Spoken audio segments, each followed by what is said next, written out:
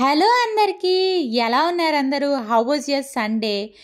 ఈరోజు ఇంకొక అమ్మ రెసిపీ మీ అందరి కోసం. ఇప్పుడు మీరు చూసింది అలసందలు అండ్ ఇది సొరకాయ. ఒక సొరకాయ కావలసిన పదార్థాలు: జీలకర్ర, ధనియాల పొడి, కొద్దిగా మరీ ఎక్కువగా కాదు చింతపండు, కరివేపాకు, వెల్లుల్లిపాయ ఒకటి అండ్ చిన్నగా తరిగి పెట్టుకున్న ఆనియన్స్ అండ్ కొత్తిమీర కూడా చాలా చిన్నగా తరిగి పెట్టుకోవాలి.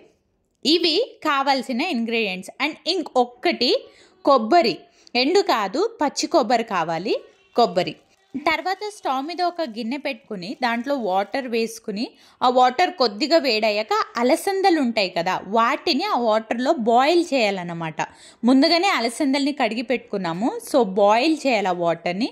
ఒక ప్లేట్ మూసేసుకుంటే తొందరగా బాయిల్ అవుతాయి అలసందలు. అండ్ తర్వాత దాన్ని మీరు ఎంతమందికి చేసుకుంటున్నారో అంతమందికి తగినంత సాంబార్కి మిర్చి కావాలి, పచ్చిమిర్చి బాగా వేపుకోవాలి. అండ్ సొరకాయ చూసారు కదా, కొంతమంది బయట లేయర్ని పీల్ చేస్తారు, అమ్మ అయితే బయట లేయర్ని పీల్ చేయదు, అలాగే కట్ చేస్తుంది. సో ఇలా చిన్న చిన్నగా తరిగి పెట్టుకోవాలి.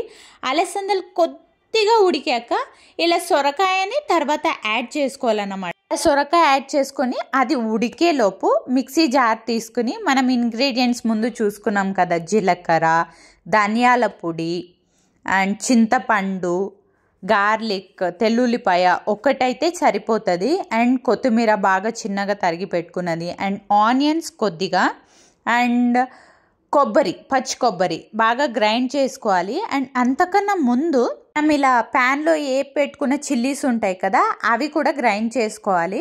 సో అదంతా పేస్ట్ అయ్యాక పక్కన ఇంకో వెజల్ పెట్టుకుని దాంట్లో ఆవాలు, నూనె, ఆవాలు, కర్రీ లీవ్స్ వేసుకుని ఇలా తాలింపు పెట్టుకోవాలి. ఆ తాలింపులోకి గ్రైండ్ చేసుకున్న మిక్స్చర్ అంతా ఉంటుంది కదా, ఆ పేస్ట్ అంతా తాలింపులోకి ఇలా వేసుకోవాలన్నమాట. బాగా ఫైన్గా గ్రైండ్ చేసుకోవాలి. ఈలోపు ఉడకడానికి పెట్టాం కదా సొరకాయ అండ్ అలసందలు, అవి చూడండి ఇలా ప్రెస్ చేసి చూడాలి.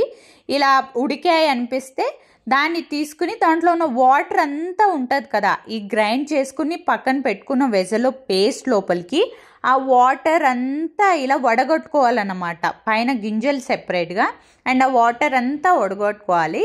సో సప్పే సారు అంటాం దీన్ని కన్నడలో. So that is ready. And ఇంకో ప్యాన్ పెట్టుకుని దాంట్లోకి ఆవాలు చిటపటలాడాక ఇలా కరివేపాకు అండ్ చిన్న చిన్నగా తరుక్కున్న ఆనియన్స్ వేసుకోవాలి. ఈ తాలింపు దేనికంటే కొద్దిగా కారంకి డ్రై చిల్లీస్, ఎండుమిరపకాయలు కూడా వేసుకోవాలి కొద్దిగా. ఈ తాలింపు ఎందుకంటే సైడ్కి వడగొట్టుకున్నాక గింజలంతా సైడ్కి పెట్టుకున్నాం కదా, సో వాటి కోసం ఈ తాలింపు. అండ్ కొద్దిగా చిన్నగా తరుక్కున్న కొత్తిమీర కూడా వేసుకుని ఇలా వాటర్ అంతా సెపరేట్ అయ్యాక అలసందలు అండ్ సొరకాయ మిక్స్ చేసుకోవాలి. తాలింపులో బాగా కలుపుకోవాలి. జస్ట్ 1 minute ఆ తాలింపు అంతా బాగా గింజలకి పట్టేదాకా బాగా కలుపుకోవాలన్నమాట. సో ఇది కూడా రెడీ అయిపోయింది.